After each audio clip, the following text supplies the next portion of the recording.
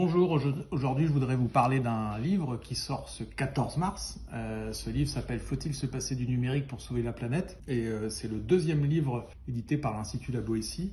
Son auteur est Cédric Durand, c'est un économiste spécialiste des transformations du capitalisme et qui est un contributeur régulier de notre Institut La Boétie. Ce livre est très complet, on va essayer de vous le résumer en quelques minutes. Il propose une analyse critique du rôle du numérique dans la crise écologique et économique contemporaine, qui est marqué par les mutations du capitalisme avec l'apparition des grandes plateformes connues sous le nom de GAFAM ou GAMAM depuis que Facebook est devenu Meta, mais enfin c'est Google, Amazon, Facebook, et qui ont créé une configuration que l'auteur appelle techno-féodale. Ce sont des acteurs du techno-féodalisme. Ils sont devenus tellement puissants qu'ils sont plus puissants qu'en apparence que certains États, et donc ils participent d'un affaiblissement sans précédent de la puissance publique. Elon Musk, qui a officiellement dévoilé ses adhésions aux thèses nazies récemment, est le visage public de cette configuration de ces big tech. Donc ce capitalisme numérique techno-féodal, il est caractérisé par le poids immense de quelques grandes plateformes qui captent toute la valeur produite collectivement, notamment par les gens qui envoient leurs données en se connectant, etc., mais aussi par les travailleurs du numérique, et qui impose un rapport de dépendance totale aux utilisateurs particuliers, aux entreprises et aux États. Alors, il s'agit aussi, ce livre montre aussi que les big tech, on l'aura compris, ne sont pas simplement des entreprises économiques, et ils ne cherchent pas seulement à faire de l'argent. Ils ont également un agenda idéologique et politique qui s'enracine de longue date et qui est un agenda clairement antidémocratique, dont on voit de plus en plus qu'il est d'extrême droite. Et donc, ce sont des véritables machines de guerre idéologiques, comme on l'a vu, on le voit encore dans par exemple, le soutien que quelqu'un comme Musk a pu apporter à l'AfD, au parti nazi allemand. On voit le rôle qu'ils ont eu dans l'élection de Donald Trump, et on pourrait multiplier les exemples. Il s'agit également dans ce livre de montrer que le numérique, contrairement à une idée reçue, ce type de modèle numérique ne résout pas du tout la crise écologique. Au contraire, il ne fera que l'aggraver parce qu'il consomme énormément d'énergie.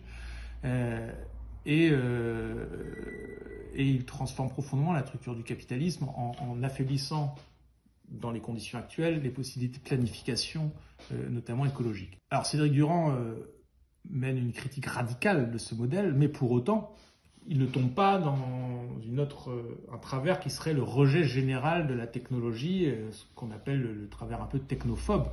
Lui, il montre que le numérique peut être extrêmement précieux à des fins écologiques et sociales, mais il faut changer radicalement le modèle. Il propose une alternative à l'accaparement des technologies par ces grandes firmes capitalistes, et cette alternative qui nomme sous le concept de cyber-écosocialisme. Il propose donc une critique radicale du modèle actuel, et il ouvre la voie à un modèle numérique démocratique, écologique, basé sur des infrastructures publiques et ayant vocation à créer des biens communs numériques tout simplement. Donc c'est une véritable réappropriation collective du numérique et la mise en place d'organisations démocratiques de contrôle des infrastructures numériques compatibles avec les impératifs écologiques et sociaux que propose l'auteur. En gros, le numérique, les big data, les algorithmes doivent devenir des biens communs et des outils de planification. Évidemment, vous l'aurez compris, la réappropriation de ces infrastructures est essentielle parce qu'aujourd'hui, les GAMAM ou GAFAM contrôlent l'ensemble des services numériques et captent la valeur créée par leurs utilisateurs. Comment faire? Parce que on a l'impression qu'on a affaire à un léviathan, à un monstre impossible à battre. Ces gens-là sont tous parmi les plus riches du monde, ils contrôlent des véritables empires numériques, ils sont désormais à la tête, aux côtés de la plus grande puissance militaire du monde, aux côtés du président des États-Unis, Donald Trump. Mais derrière cette impression de puissance totale, il y a beaucoup de fragilité. D'abord, ce modèle techno-féodal, il repose sur une base sociale qui ne cessera de se restreindre. Parce que si des milliards de personnes sont utilisateurs, de ces outils numériques, beaucoup commencent à comprendre qu'ils sont aussi des victimes. Par ailleurs, quand des gens comme Elon Musk licencient à tour de bras toute l'administration de l'État fédéral des États-Unis, au bout d'un moment, aux États-Unis aussi, beaucoup de gens vont comprendre et comprennent déjà que ça n'est pas viable, que c'est même qu'un pays ne peut pas fonctionner comme ça quand du jour au lendemain on licencie la moitié des personnels de l'éducation, des personnels hospitaliers, etc., etc. Ça ne peut pas fonctionner. Donc ce modèle va faire face de plus en plus à une opposition sociale de plus en plus large. Par ailleurs, ces entreprises reposent beaucoup sur des valeurs spéculatives. On peut prendre juste un exemple.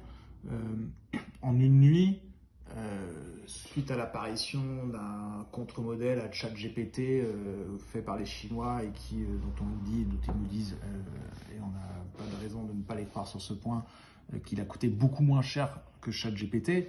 Paf, effondrement de l'un des leaders mondiaux, du leader mondial des microconducteurs, hein, donc ces petits éléments essentiels dans l'industrie numérique, qui en une nuit perd entre 600 et 700 milliards de capitalisation boursière. C'est phénoménal.